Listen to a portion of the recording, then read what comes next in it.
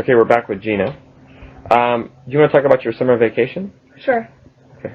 I went to Las Vegas, Nevada, Reno, Nevada, Tahoe, California, and San Diego, California, and went to Disneyland.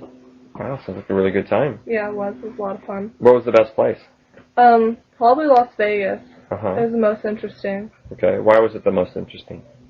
It was just really busy, and there was always stuff going on, never resting. Okay.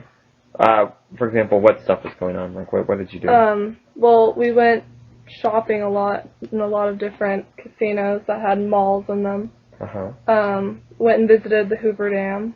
Oh, wow. So, It's pretty big. yeah, really big. That's a lot of water. Did you go swimming? No. No. Can you swim in the Hoover Dam? You can swim in the reservoir. I mean, in the reservoir. Yeah. Yeah, okay. How did Las Vegas? By plane from Oakland to Las Vegas. Okay, how long did it take? About an hour and 45 minutes. Okay. Do you think you'll go back to Las Vegas someday in the future? Hopefully. Okay. Great, thanks a lot, Gina. Welcome.